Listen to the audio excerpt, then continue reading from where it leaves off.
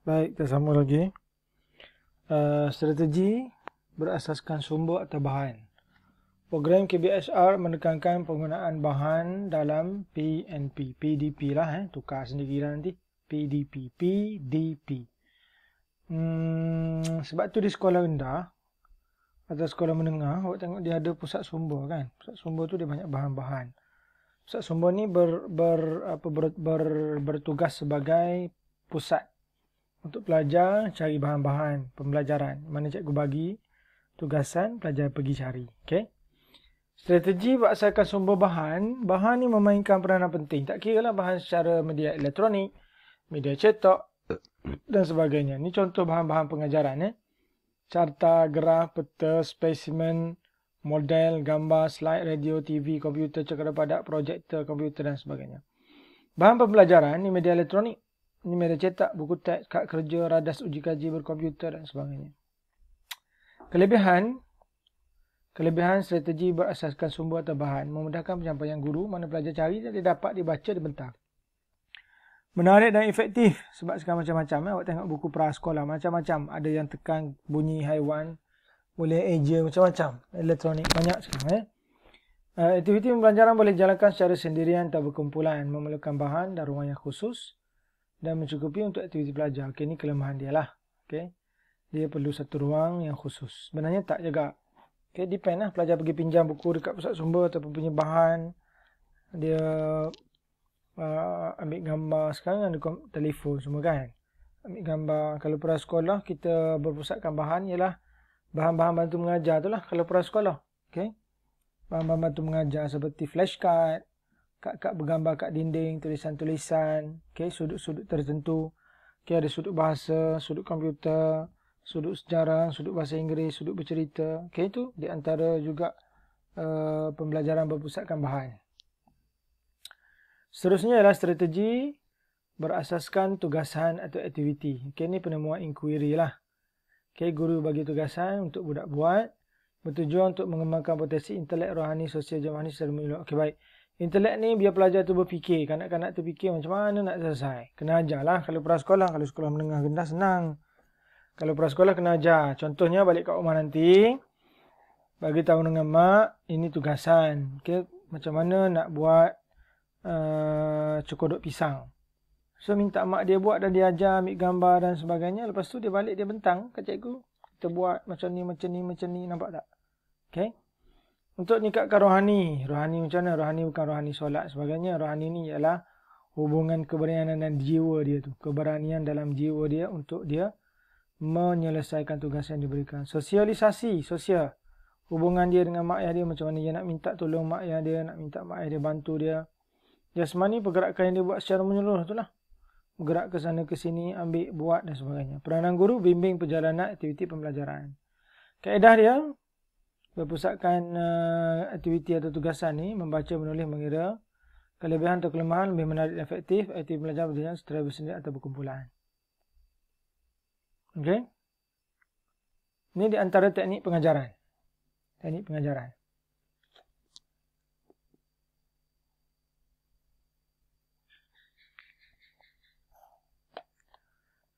Bercerita, roleplay, simulasi, drama, nyanyian, tunjuk cara. Nanti kita akan bincangkan lagi untuk di topik-topik yang akan datang. Okay, selesai topik yang pertama.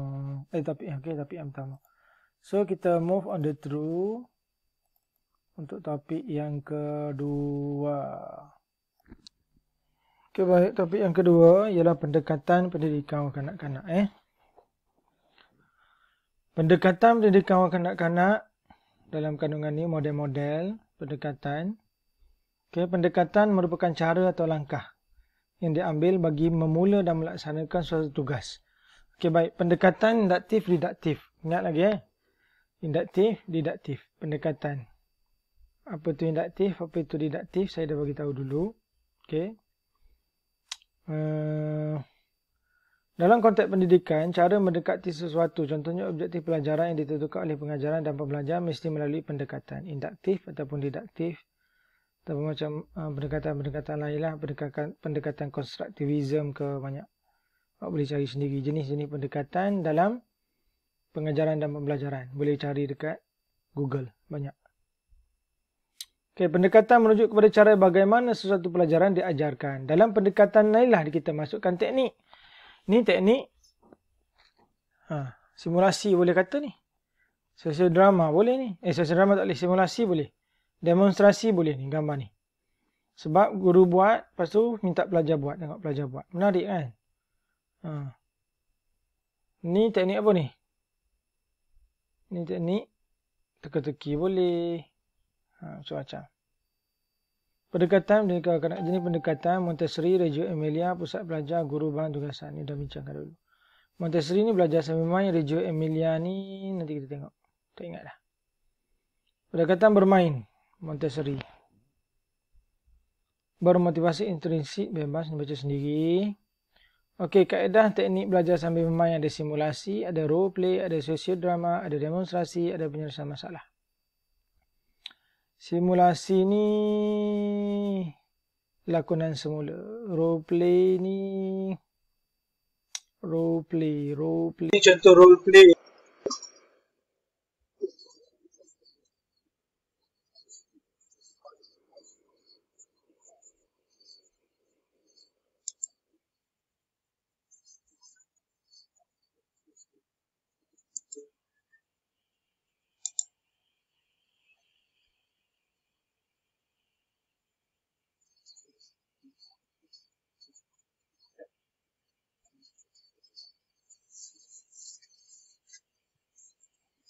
Ini contoh role play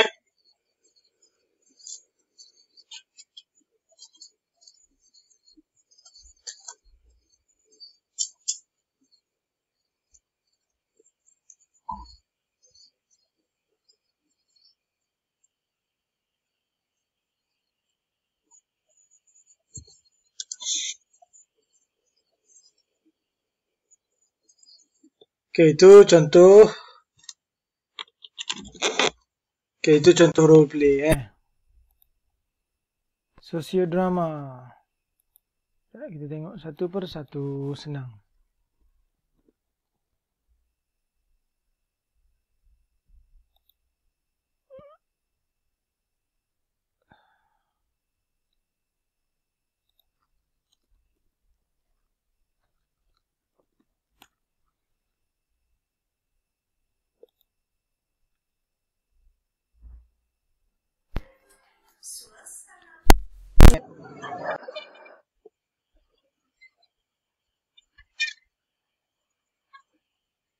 Ini sosiodrama. Okey, ini contoh sosiodrama lagi. Demonstrasi. Demonstrasi ni guru tunjuk dulu, lepas tu belajar ikut. Penyelesaian masalah ni penemuan inquiry lah. Okey, penyelesaian masalah ni penemuan inquiry. Kenapa ni? Keluarlah. Get out.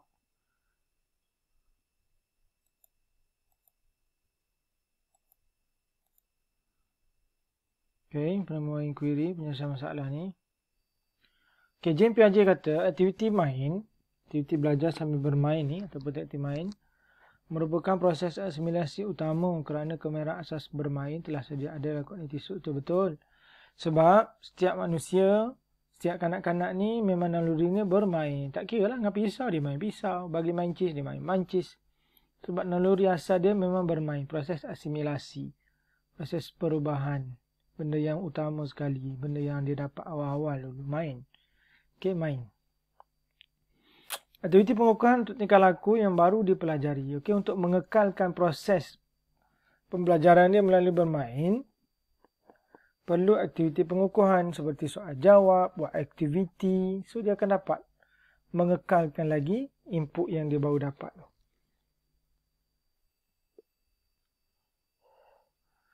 Memudahcarakan pembelajaran melalui bermain. Okay, lebih happening lah. Lebih happening, lebih have fun, menarik, tak bosan. Kan?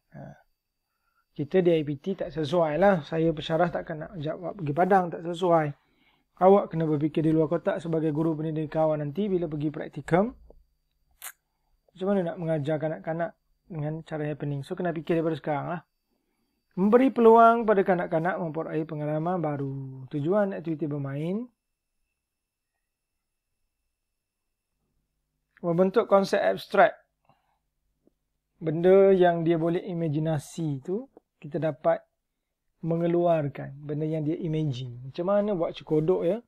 Bila kita buat sambil bermain melalui teknik tertentu, demonstrasi ke simulasi. Oh macam ni buat cekodok.